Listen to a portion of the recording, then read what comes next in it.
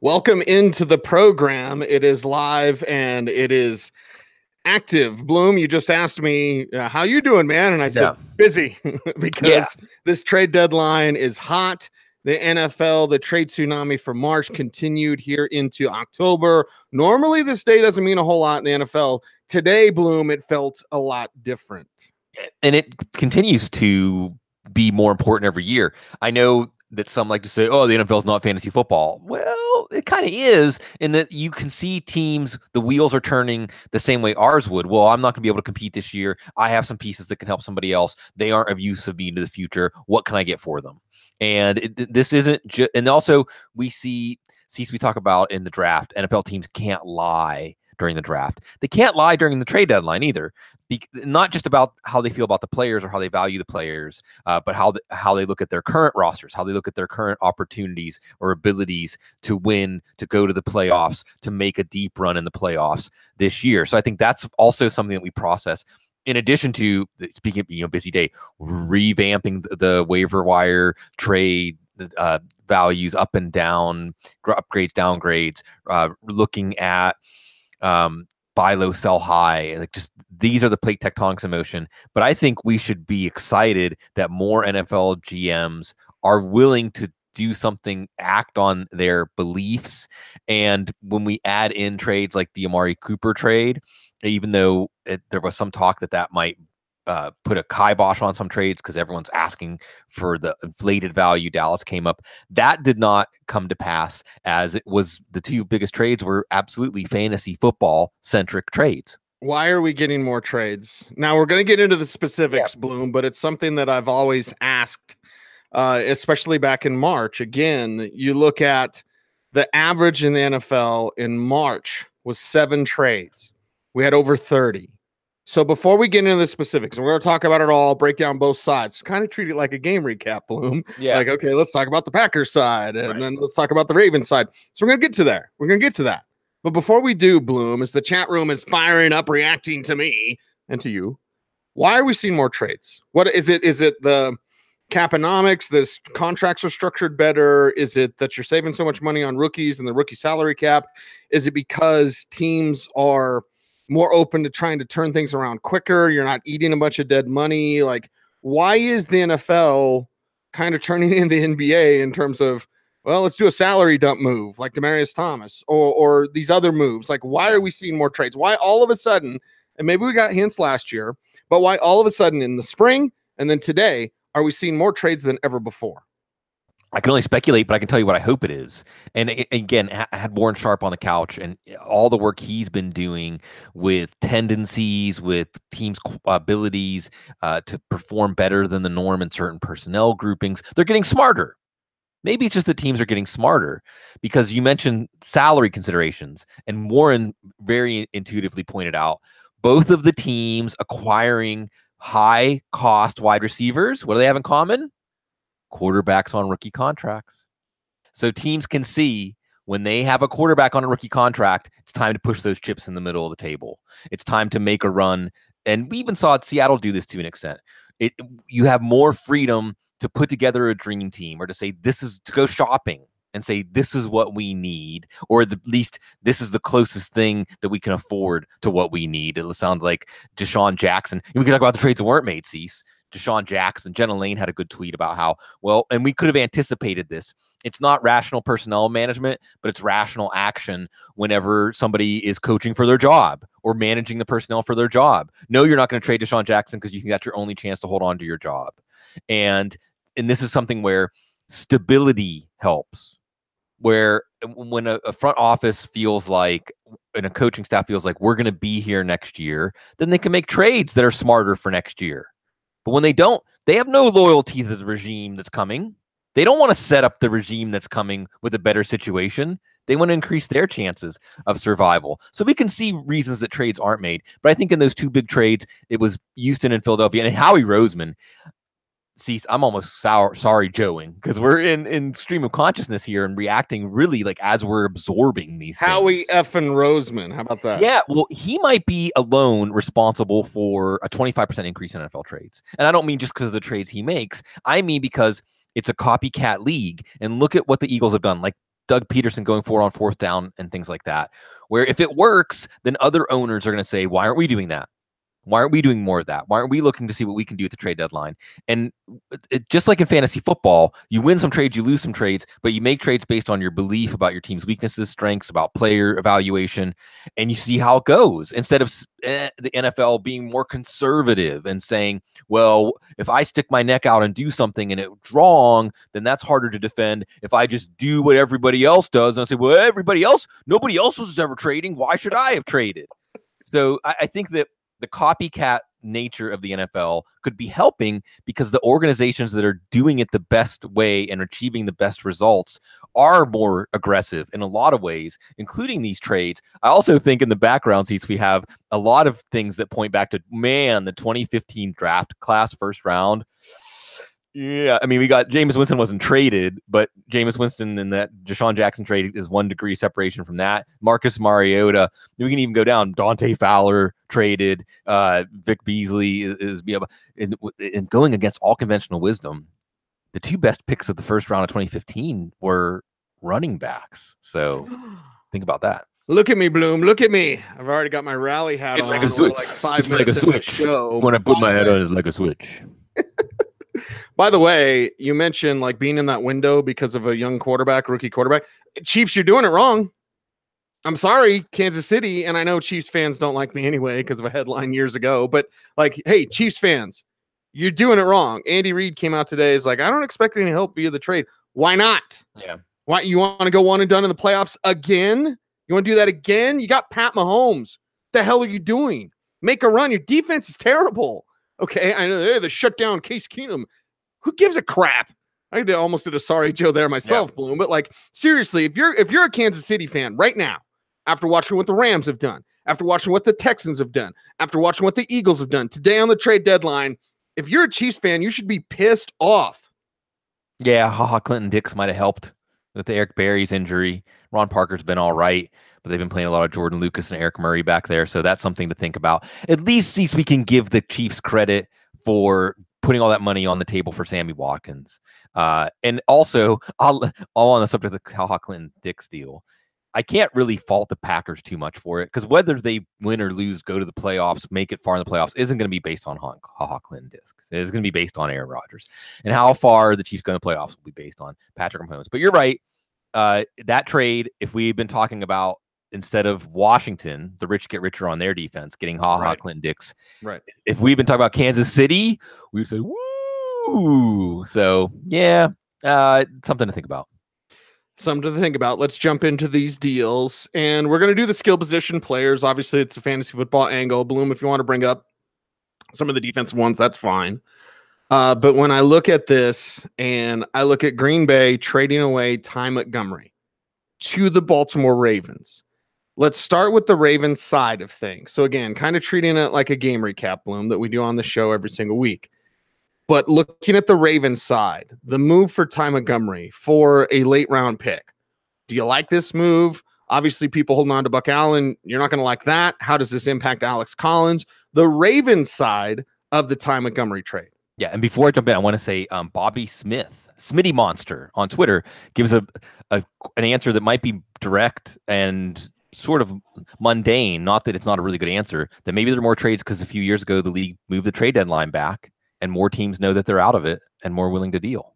So just could be a timing thing. I like that contribution because I'm always trying to think of something too clever to say, and sometimes the answer is really simple.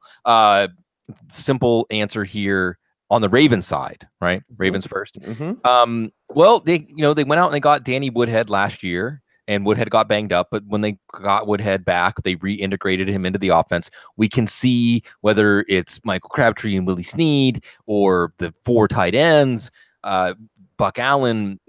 Joe Flacco's been doing a decent job, mostly when he's not on the road, mostly, of performing well in that short passing game. And you add Ty Montgomery. Buck Allen is the quintessential competent player, but will never add value to any of his touches or any of his responsibilities. Ty Montgomery can. Ty Montgomery is a player with some talent. And what stands out here to me is that even though this was a classic, like, we're going to cut him unless anybody wants to give us something for him.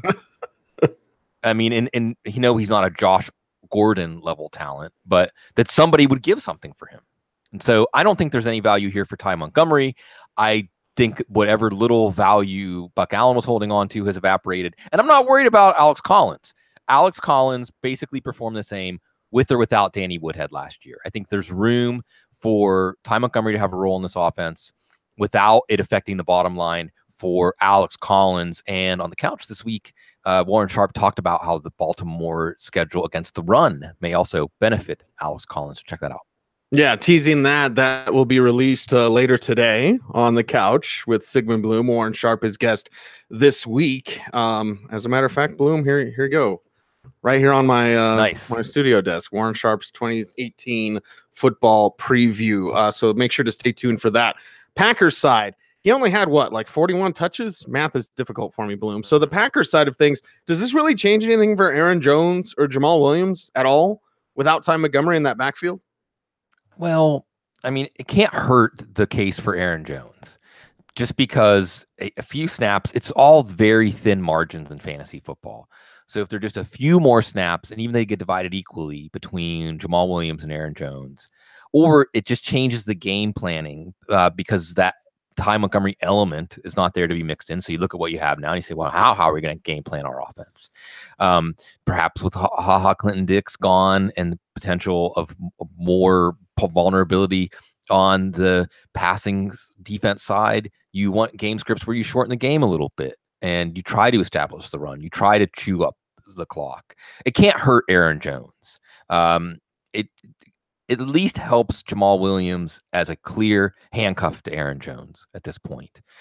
So it is some clarity in a backfield, but I think you're right to say it's still McCarthy, and we shouldn't think his whole mentality about managing this backfield is going to change because they basically needed to let go of Ty Montgomery. It was imperative that Ty Montgomery not be on the team this week. There had to be a message sent to him and to the roster that you put team before me, and that was really what this move was about for them.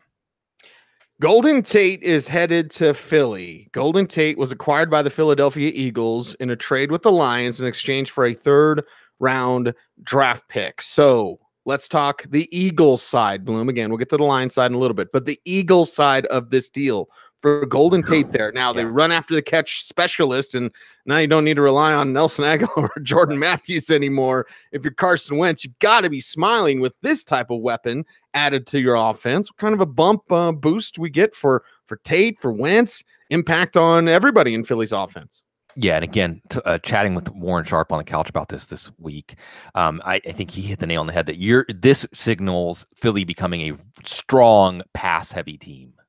An offense that really runs through Carson Wentz, who was already an every week starter at quarterback, and now his profile even goes up with the addition of Golden Tate.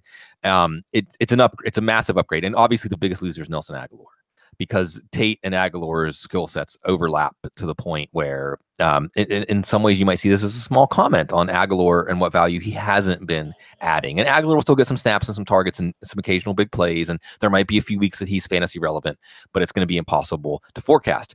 Tate loses value in the immediate because he has to ramp up new quarterback chemistry, new offense, and we'll have to see. Maybe by the fantasy playoffs, we are liking it. And again, Warren Sharp got into detail about the Eagles' remaining schedule against the pass that should give you some more optimism there. Alshon Jeffrey, I'm not worried about. If anything, Alshon Jeffrey gets a slight uptick just because he is going to have to face pass defenses now that have to put more energy into that slot position, into thinking about that slot position and what Golden Tate can add. So Jeffrey's fine. Their roles don't overlap at all.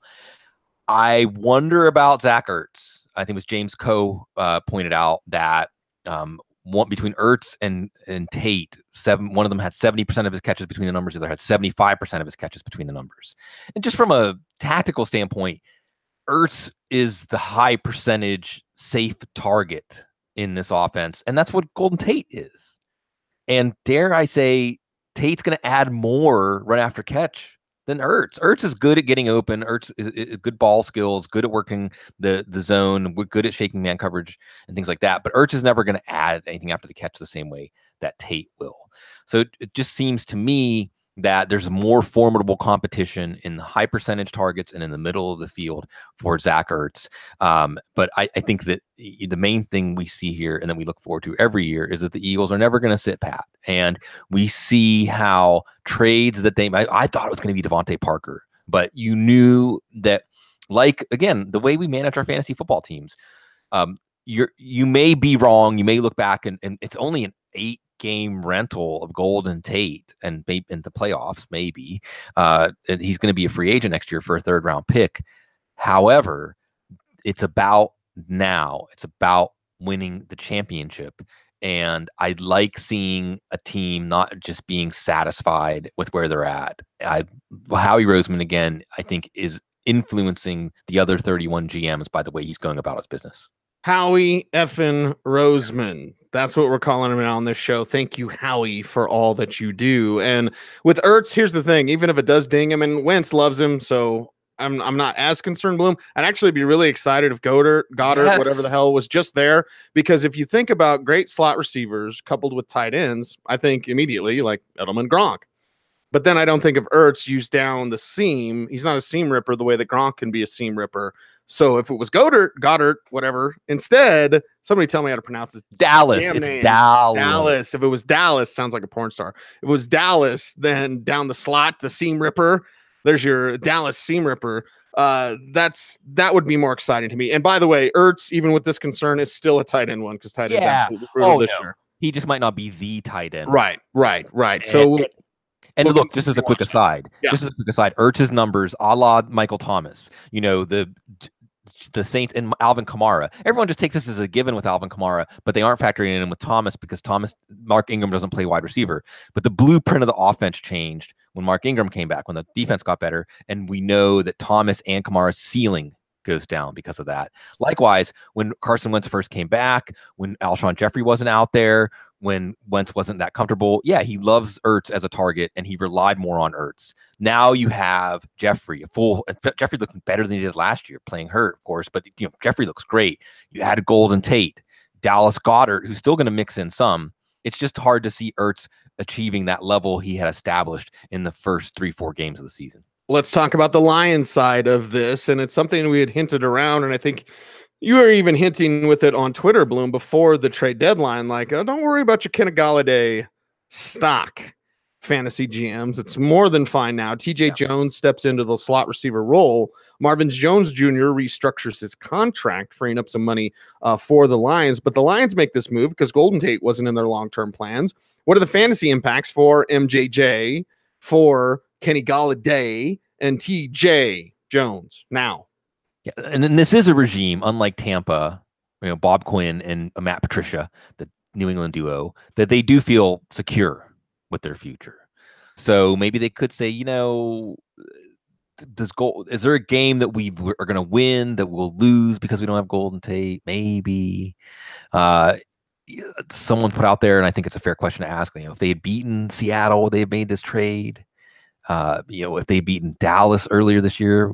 And remember, they also lost to San Francisco in a game that San Francisco thoroughly outplayed them for most of the game. So if the record was different when they made this trade, because really, and we'll see, and maybe there's some forecasting here about the contract that Golden Tate's going to get, like 30, well, I don't remember exactly how he's going to be, but he's in the early autumn of his career. He's in the August, September of his career. Teams aren't going to pay summertime prices for him, but he's good enough that he may still get a contract that merits a 3rd-round comp pick. But if not, so if he does, then what did Detroit really, traded? They traded up in the 3rd round. They got nothing really for him. They got very little for him.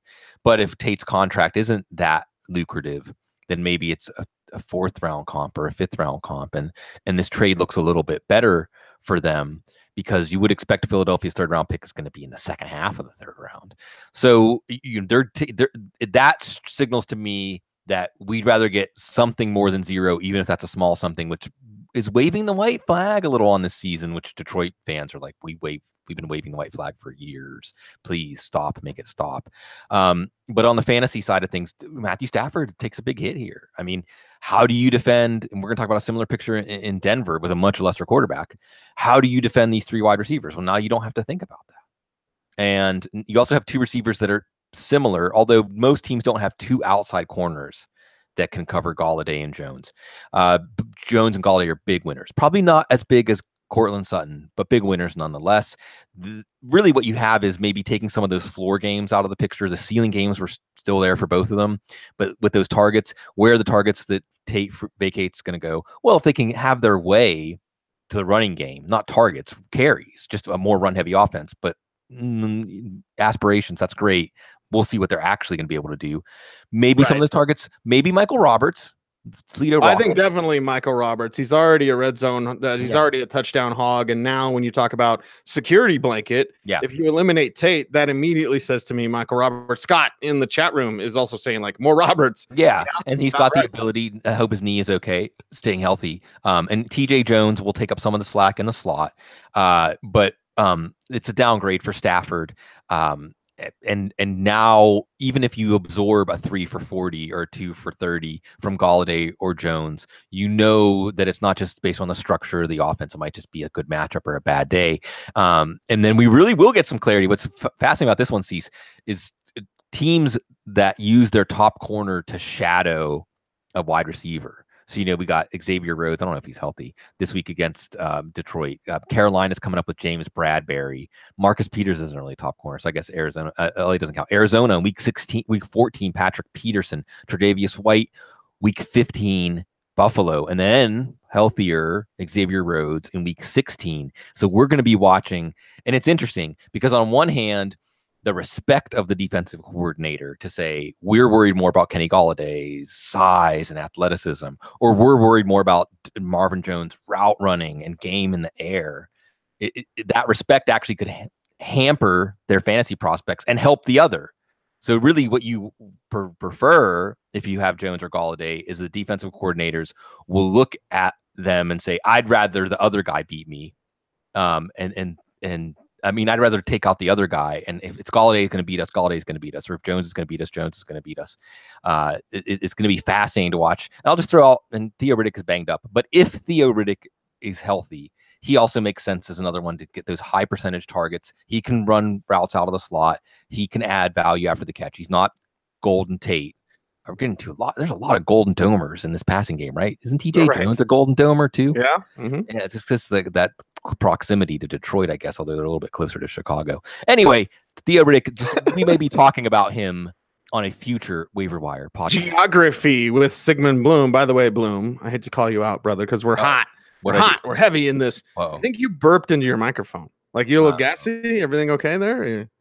Well, I'm having an outbreak of the gout right now. So just pound cranberry juice, baby. It'll be all good. All good. What an interesting day. Now, this is a full day, busy day. But as the show's unfolding today on Pritchard and Cecil on the Fan, Emmanuel Sanders was in the building doing video work for a charity. And just happened to ask him, hey, you want to come in and chat it up a little bit, cut it up a little bit. As he's coming into the studio, the Demaryius Thomas trade is finalized. So I know we've started with the team that's receiving him. Bill O'Brien, hold on a second. Read part of Case Keenum's book where you lied about telling him he would only be a third string quarterback. Like, I don't believe O'Brien at all in that. But read a little bit of that book, Bill O'Brien. Hold on. We're going to talk about Demaryius with the Texans in just a little bit. But the trade comes through.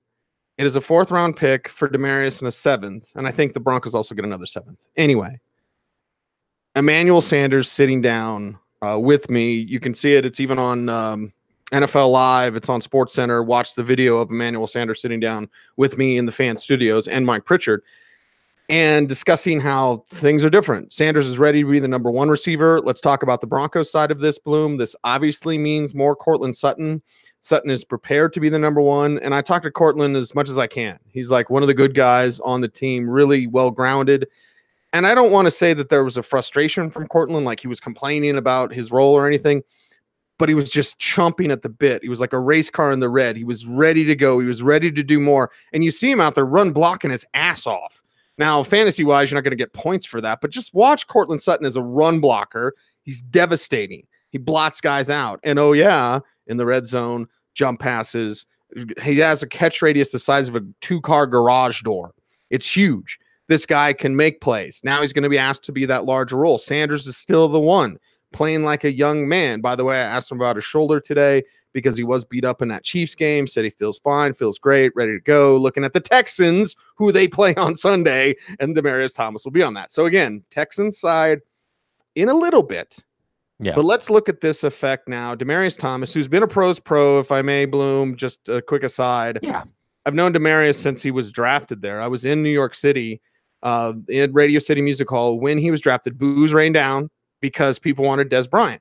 So boos in the crowd, obviously everyone booing in Radio City anyway. I loved it in Radio City. And talking to Demaryius his entire career, he's been nothing but a pro's pro with me. He's, Bronco almost for life. Will be a Bronco Ring of Famer. Obviously the play against Tebow and the Steelers, Bloom. Everyone remembers that. It's the only time I've ever seen a press box absolutely erupt. You're not supposed to cheer in the press box, but when DT catches that pass from Tim Tebow to beat the Steelers in the wild card round, just the entire press box just rose. Overtime, first play of overtime. You kidding me? It's something I'll never forget. So now Demaryius Thomas is gone. Now the Broncos dealing with Emmanuel Sanders, Cortland Sutton, Deshaun Hamilton when his knee's right. I think you need to emphasize that. In the meantime, might be Tim Patrick, who John Elway couldn't stop talking about. By the way, John Elway said it didn't matter if they would have beat the Chiefs on Sunday. They were getting interest in DT. This is a salary dump, I think, to sign Matt Paradis, maybe even to extend Emmanuel Sanders with the way that he's playing. So Broncos side first, Bloom. It is the Broncos show, and here on our trade deadline special, well, Denver made a big move here. And as you hit on the end, I think this is a money move. I really think this is looking at Thomas's salary for the rest of the year and next year and knowing they're not going to pay him next year. And you said pro's pro, having some respect for him. And he and Houston will probably work out some sort of restructure, some sort of arrangement on his contract next year because he's probably not worth what he's getting paid, although he has a chance to prove that he is for the rest of the season. It just frees up money. And it is clarity, as you mentioned, that this team isn't going anywhere. I mean, Case Keenum, it's just not. This isn't the defense that won the Super Bowl. I mean, they're a good defense whenever they're facing Patrick Mahomes, at least, or when they're at home, but they're not going anywhere. So Cortland Sutton goes from a what the heck flex by injury fill-in kind of guy, much like Jones and Golladay. The floor games might still be there, but now that ceiling gets a lot higher with more targets. You wish he had a better quarterback. We'll work on that in the offseason. And Emmanuel Sanders, who already was strong and already was clearly the number one for Case Keenum. Just there might be a few more targets that shake free to him. You mentioned Tim Patrick, Deep Dynasty Leagues. You might think about him. Deshaun Hamilton, see if he got dropped. Maybe a target or two shakes free to Phillip Lindsay, or just a slightly bigger role of Phillip Lindsay in this offense. But I think most of these targets are going to land with Sanders and with Thomas, Sanders and then Sutton. And again, it's that clarity drink that we know Thomas isn't in our plans next year. We know that January is not in our plans this year. We know that we're not going to get the return on investment. And sometimes it really is. I mean, even though these teams have massive inflow and outflow in the coffers, I mean, when you think about it and you're thinking, what was Thomas do for the rest of this year? $4.2 million or something like that? I mean, that's $14 million next year. Yeah. So, that's actually $4 million that they gain. That's not a trivial amount of money, as you said. That gives them some freedom to do what teams usually do the best with, which is extending their own guys, evaluating their own talent. Houston Texans get him, and with Will Fuller going down, you felt that this would happen. Now, it's unusual that it happens to the opponent that you're facing on Sunday. So, and talking to Emmanuel, actually asked him that question. He's like, well, I mean, what are they going to do? Run a couple hook routes for him? You know what I mean? Maybe like a quick slant or something. Like, He has less than a week to get up to speed in the offense. And probably not a large role for Demaryius Thomas this week against his old team. Again, very unusual, going to be very weird, but whatever. Bloom, Texans side. What's this do for your guy, Kiki Cutie, whenever he's healthy? Yeah. And then you've got Deandre Hopkins. And here's the thing. Demaryius Thomas may be the best number 2 wide receiver in the league. He's not a number 1 anymore, not even close, not by far. And just like we had talked about in the Alshon Jeffrey Golden Tate situation, don't think that because another quality target is added, and Demaryius can still play at a higher level, just not a number 1 wide receiver level. Just because talent is added doesn't mean like, oh, it's curtains. Like, no, it's actually good for DeAndre Hopkins if there's another threat, and another Thomas, by the way, like talking about Jordan Thomas, but another Thomas on this Texans offense. absolutely, this is fine for DeAndre Hopkins. I mean, we may, especially if Kiki Cutie wasn't ready this week, we might have been seeing one of those situations like in basketball, like hack-a-shack, where just don't let DeAndre Hopkins catch the ball, even if we take 70 yards and penalties over we'll the let course Vincent Smith beat us. Right. Or Jordan Thomas. Right. Well, he'll beat him anyway. I think the headline here is you feel really good about Deshaun Watson now, or better, because Deshaun Watson with Will Fuller was a fantastic fantasy quarterback. Without Will Fuller, and they were smartly scaling back his his pass attempts, upping the running game. This could be. I don't want to say it's going to hurt Lamar Miller because the offense pie is going to get bigger, but maybe there's fewer games. So I feel like, well, we have to run the ball 35 times. We have to rely on the defense. Mix Alfred blew in because they have now, once Cutie is healthy, and there was talk that they were looking at Philip Dorsett too, which makes me a little bit worried about Cutie's hamstring. But, they and what's nice for Texans fans out there is the Astros just got blasted by a historic Red Sox team, is that this Texans front office is saying, we're pushing. We're not just saying, well, let's see how far we can go. Again, with the rookie contract for Deshaun Watson, they can take on the Demaryius Thomas pay, and he might provide the value where Denver wasn't going to get that value out of him as a 2A.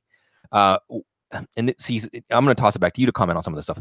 But Kiki Cutie, he's not just going to get a sheer boatload of targets once he's back, although hopefully this allows the team to take their time. If he's not ready, let him sit through the bye in week 10 and be ready for week 11. Right. So, we might have been looking at QT as getting 12 or 15 targets a game. Maybe it's more like 8 or 10. His role's not going away, though. He can't give them a vertical presence. I think his hamstring's not going to be 100% all year, and I think that's what he would need to do that. So I'm wondering, and Jordan Thomas is a little bit of a loser here just because he was looking like he might be an important part of the pass offense, and he had some chemistry with Deshaun Watson, but now not as much.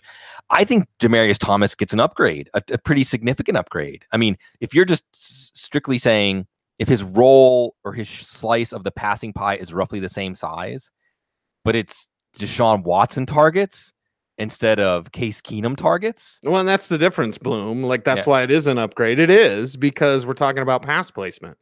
Case Keenum's pass placement has been horrible. If he hits Demaryius Thomas in that honey hole against the Chiefs in the first game, they win. Yeah. Manuel Sanders was more wide open, but he didn't even notice him. Right. He didn't look at that second honey hole, which should have been his first read, when he saw the way that the safety was playing on the left. Like, it's simple and an all-go cover 2 beater. Like, why don't you see that, Case Keenum?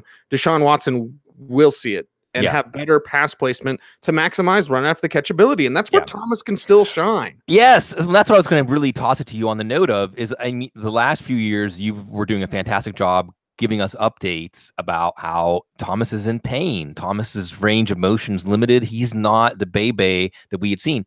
I think for the most part, and I'm not saying he was prime of his career Bebe this year, but I saw more speed, more burst, more explosion than I'd seen in the previous 2 years. So while they didn't get Deshaun Jackson to provide that true take the top off the defense speed, I think as a number 2 receiver opposite DeAndre Hopkins, he can still get vertical enough because, as you said, pass placement, he's still big enough. Remember when Demaryius Thomas first came on the scene, he wasn't a very refined receiver, but he was just so massive and fast enough that he put himself in good position at the catch point where you just couldn't stop him. Alshon Jeffrey or someone like that. He can still do that. And Deshaun Watson is a bold passer. Deshaun Watson is going to give him chances that I think he is healthy enough and physically gifted enough. It's back now to convert. Okay, Bloom, super quick. Just go over some of the other trades, some defensive trades. Again, quickly as we run through the rest of the show, because it's time to get back to work on this crazy. I know. I still have a lot to do. We all do, but this is why we like doing it. And thank you, everybody. Thanks for coming out. Chat room's blowing up and our viewership blowing up. So thank you all for watching and for participating along with us here on this impromptu show. Yeah, and it's fun, and it may encourage us to do something like this more often. And by the way, also, Bloom, on that note, vote in the chat room. If you want to see us do the waiver wire show like this, vote. If you want to see us do the preview shows like this, vote. We could do all of our shows on YouTube. In the early days of the Audible, I'll pull back the curtain, Bloom. I have so much on the cutting room floor, because in the early days of the Audible, I would say a bunch of cuss words to get you and Pasquino to laugh. And then I would have to write down the time. Okay, out, go back and edit it. There was one F-bomb released on the Audible, one. And I was on my way to work. I was listening to the podcast. I heard myself say F, and I immediately stopped, turned around, went home, edited it, put it back up on iTunes. So some people may have heard the only F-bomb ever on the Audible, but the way we do this show now, like, we just talk. I don't have to edit anything, work through technical issues, whatever. But if you want us to do all the shows on YouTube, that'd be easy. Yeah. We could do that. So vote in the chat room. Chat room, yes. I got a bunch of yeses. Hell to the yeah. Somebody give me an F-bomb in there. Anyway, Bloom, I'm dirty. Let's talk about the rest of the trades. The Clinton Dix trade, Dante Fowler. Let's throw it in there and break this thing down before we wrap it up. And Terrell Pryor signing with the Bills. Well, he'll be better than Kelvin Benjamin if he gets healthy. What's interesting here on the Dante Fowler side, we were chatting a little bit about the 2015 draft class, and Dante Fowler or Vic Beasley. Just like Winston or Mariota. Maybe the answer was none of the above. But what I see just coming across the wire now from Adam Schefter is the Rams gave up a 3rd and a 5th for him. So that's not nothing, and Fowler was clearly on the outs with the team. This writing was on the wall about this one. They're moving on, but the Rams we saw had assembled this incredible 3-man front. They had the outside corners, and Marcus Peters isn't really working out, and Aqib Talib is hurt. They have great safeties. I love their young safeties, John Johnson and LaMarcus Joyner. But now they have an edge rush presence. Samson Ekubom has been coming along. Or Ebukam, sorry. Something in my brain's like, you didn't get that right. They have a big upgrade here, and again, pushing those chips in. Going back to where were you, Kansas City today? 3rd and a 5th is, I guess. Dare I say that pass rush presence is valued more than receivers? I think that Golden Tate is objectively a much better player than Dante Fowler. Both of them are at a point where they're going to be starting to get paid a lot more money, and you may or may not retain their services long term. And the Rams were willing to give more for Fowler, who may or may not influence games for them. Clinton Dix is the one we thought should have went to the Chiefs, or the Chiefs should have been in on. But Washington's defense, and I'll give Washington credit for truly investing in their blueprint, because their blueprint now, and Matt Waldman is smiling somewhere. Their blueprint right now is good defense and Adrian Peterson, and just don't mess it up. Alex Smith, have you heard that one before? Which means a 1st-round exit when whoever comes. A replay of the RG3 game, Seattle comes and knocks them out, or who knows, Aaron Rodgers. Although Aaron Rodgers lost in Washington earlier this year. So Clinton Dix, you put him next to DJ Swearinger, who's been tremendous this year, and their front 7 is outstanding. They've got Ryan Kerrigan and Preston Smith as those pinchers in the pass rush. Quentin Dunbar's a little banged up, but he has emerged as a corner that is an impact corner for them. They still have Josh Norman, who is also in the autumn of his career, but it's investing in the blueprint you have. It's making strengths stronger. And I think sometimes we look at these things. The Texans made a weak, plugged a hole. Philadelphia, they made better a role in their offense they needed to get more out of. Washington, their defense was already great without Clinton Dix. And now it's going to be even better. And we'll see. I know Carlos Hyde didn't suit up in his first week as a Jag, although I believe that trade was on a Friday. If Clinton Dix gets out there, first matchup, Atlanta, who, Atlanta probably could have used Clinton Dix too, couldn't they? Oh, well. Too bad. He's playing against you this week. Sorry. I got to go kick it with Craig in them. All right, that is a wrap. By the way, Bloom, it looks like we got to go these shows on YouTube now. I'm about to shower or comb my hair or something. As long as you don't mind Sigmund looking a little crunchy and me looking a little tired, then we're not necessarily going to impress you with our looks, but hopefully our football knowledge. I was going to say, and our smell too, but hey, whatever. It's trade deadline day. We're not the only ones. It is trade deadline day. He is Sigmund Bloom. You follow him on Twitter at Sigmund Bloom. The show is at the Audible. I'm at Cecil Lammey saying, again, thanks everybody for jumping on board on this show. A special edition will be out on iTunes shortly today, along with On the Couch, along with the Waiver Wire podcast, which is in the can right now. It's in the works. Yeah. So lots of stuff here on the Audible. Every single week, we are here for you. Thanks for watching. Thanks for subscribing. Stay tuned. And as always, stay frosty.